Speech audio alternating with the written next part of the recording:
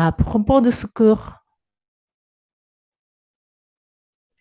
konnichiwa, bonjour, je m'appelle Hiromi Cardon. Dans cette vidéo, je vous explique qu'est-ce qui se passe dans ce cours et qu'est-ce que vous allez apprendre. Voilà, le suite, je vais prendre donc le tableau. Donc, je reprends donc le tableau. D'abord, j'explique que ce cours est destiné pour les débutants.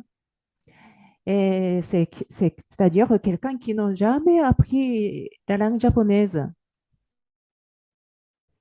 Puis, vous n'avez pas besoin d'apprendre quelque chose à l'avance, c'est-à-dire soit les hiragana, katakana. Voilà, je trouve que beaucoup de textes japonais, on doit apprendre les hiragana, katakana avant de commencer avec le livre. Mais dans ce cours, on n'a pas besoin. Et puis, c'est pas seulement, on n'a pas besoin d'apprendre avant. Et dans ce cours non plus, on n'apprend pas les caractères hiragana, katakana, ni kanji. On apprend uniquement donc, en alphabet occidental. Ben, des fois, alors, je vous montre un tout petit peu de hiragana ou katakana, juste pour savoir. Mais on n'apprend pas. Ne vous inquiétez pas.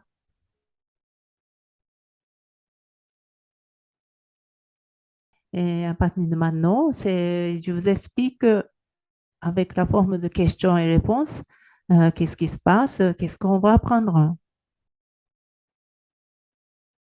Faut-il apprendre beaucoup de caractères?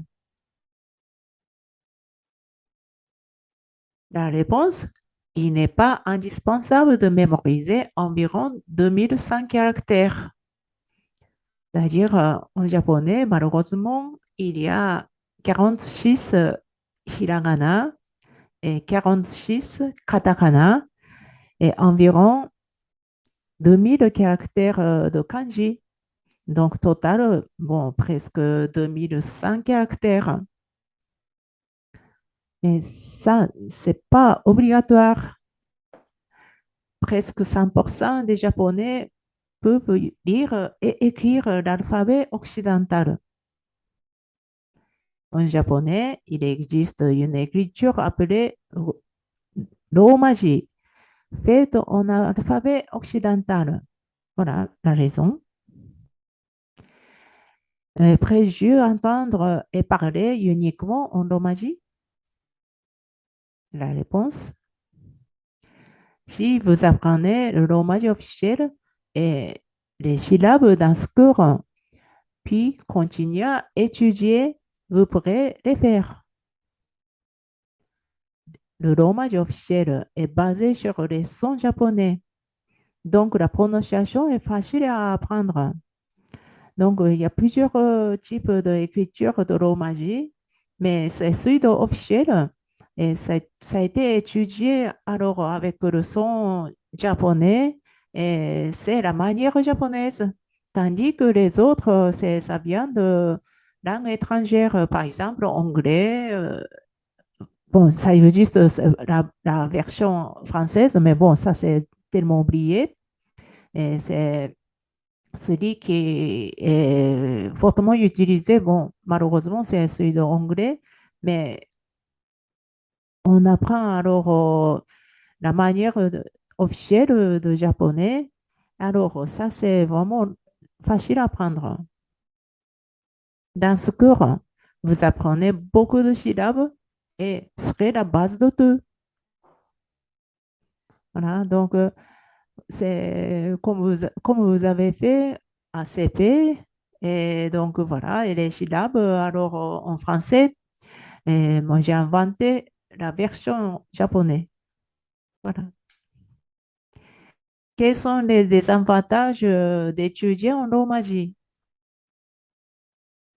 La réponse, bien sûr, vous ne pourrez ni lire ni écrire en hiragana ou en katakana. Bien sûr, non, non kanji non plus. Et plus Il existe de plusieurs notations pour l'hommage, comme je vous ai dit tout à l'heure, mais vous pouvez apprendre toutes les no- notations typiques dans ce cours. Voilà, donc on fait plusieurs l'hommage, mais ne vous inquiétez pas, alors on fait petit à petit. Si j'apprends les hiragana et les katakana, inutile de connaître le romaji. Et la réponse, connaître le romaji officiel est bénéfique pour apprendre la prononciation et la grammaire. Hiragana et katakana ont des écarts par rapport à la prononciation réelle.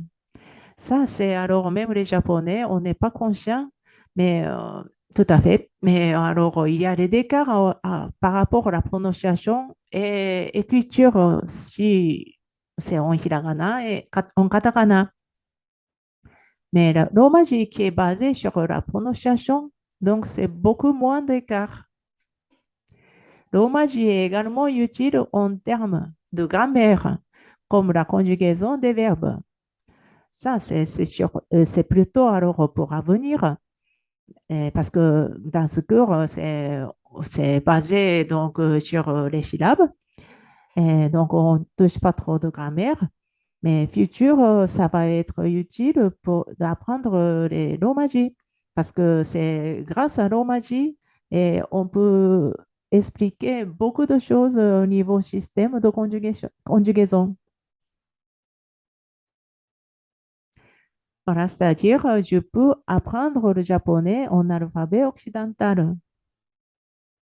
Grâce au romaji officiel, je peux prononcer correctement. Il sera également utile pour apprendre la grammaire à l'avenir. Voilà, bon, il y a beaucoup de bénéfices, hein. Voilà, on va étudier ensemble. On y va.